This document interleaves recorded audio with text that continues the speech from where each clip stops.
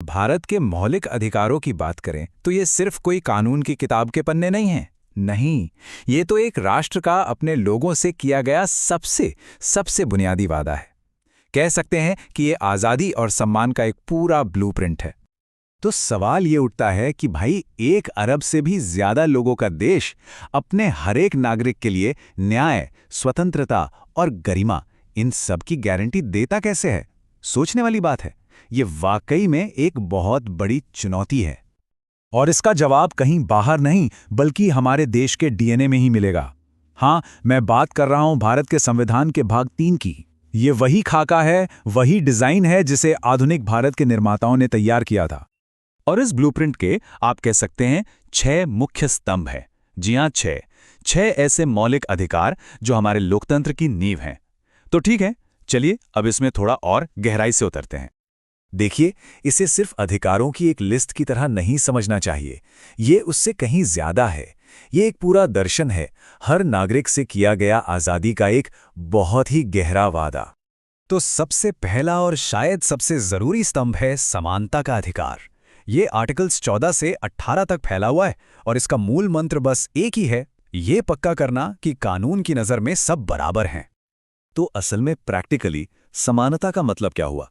मतलब ये कि कानून के सामने कोई बड़ा या छोटा नहीं।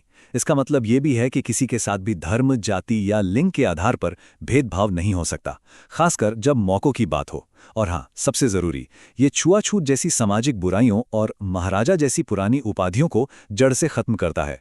तो ये सिर्फ नियम नहीं है, ये हमारे सामाजिक न्याय की बुनियाद है। अच्छा, तो समानता की नींव तो रख दी गई। इसके बाद संविधान अपना दूसरा सबसे बड़ा वादा करता है, स्वतंत्रता का अधिकार। और ये व्यक्तिगत आज़ादी की वो गारंटी है जिसके बिना कोई भी लोकतंत्र, आप सोचिए, जिंदा रह ही नहीं सकता।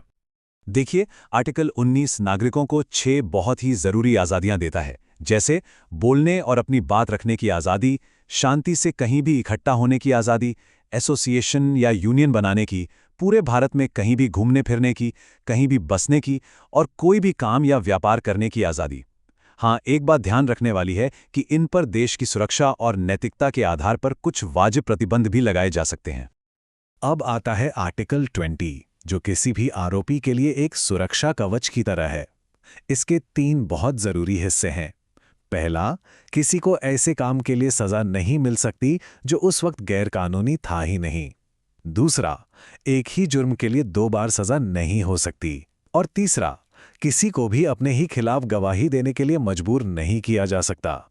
ये सब मिलकर एक फेयर लीगल प्रोसेस को पक्का करते हैं। और फिर आता है आर्टिकल 21, जीवन और व्यक्तिगत स्वतंत्रता का अधिकार।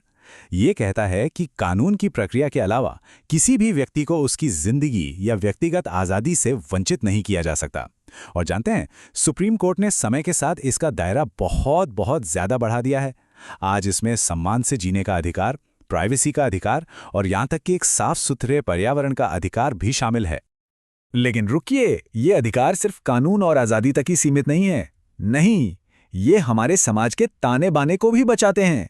मतलब हर व्यक्ति का सम्मान, उसकी आस्था और उसकी संस्कृति, इन सब की रक्षा करते हैं।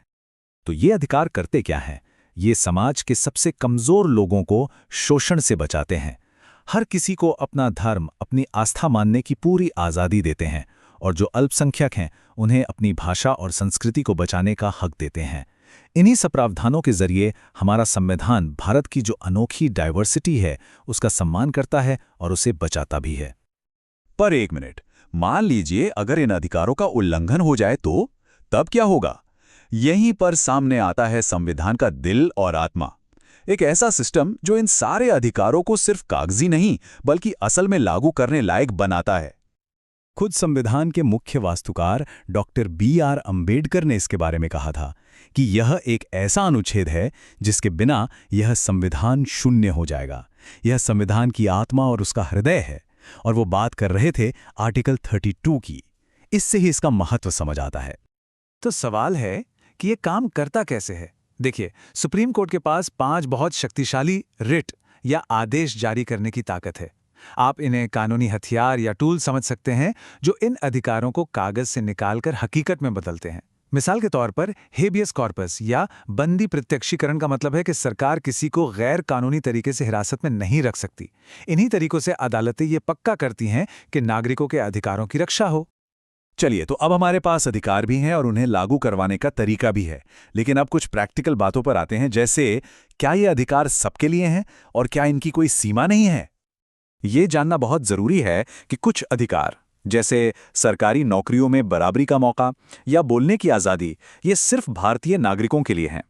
लेकिन वहीं दूसरी तरफ जीवन का अधिकार या कानून के सामने बराबरी, ये ऐसे अधिकार हैं जो भारत में मौजूद हर व्यक्ति को मिलते हैं, चाहे वो नागरिक हो या विदेशी। तो सबसे ज़रूरी बात जो याद रखनी है वो ये कि ये अधिकार न्यायोचित हैं। मतलब अगर ये अधिकार नहीं मिलते तो अदालत का दरवाज़ा खटखटाया जा सकता है। लेकिन हाँ, ये असीमित भी नहीं है। जैसे नेशनल इमरजेंसी के दौरान इन पर रोक लग सकती है, सिवाय आर्टिकल 20 और 21 के, जो जीवन और व्यक्तिगत स्वतंत्रता के अधिकार की रक्षा करते हैं, वो तब भी बने रहते हैं।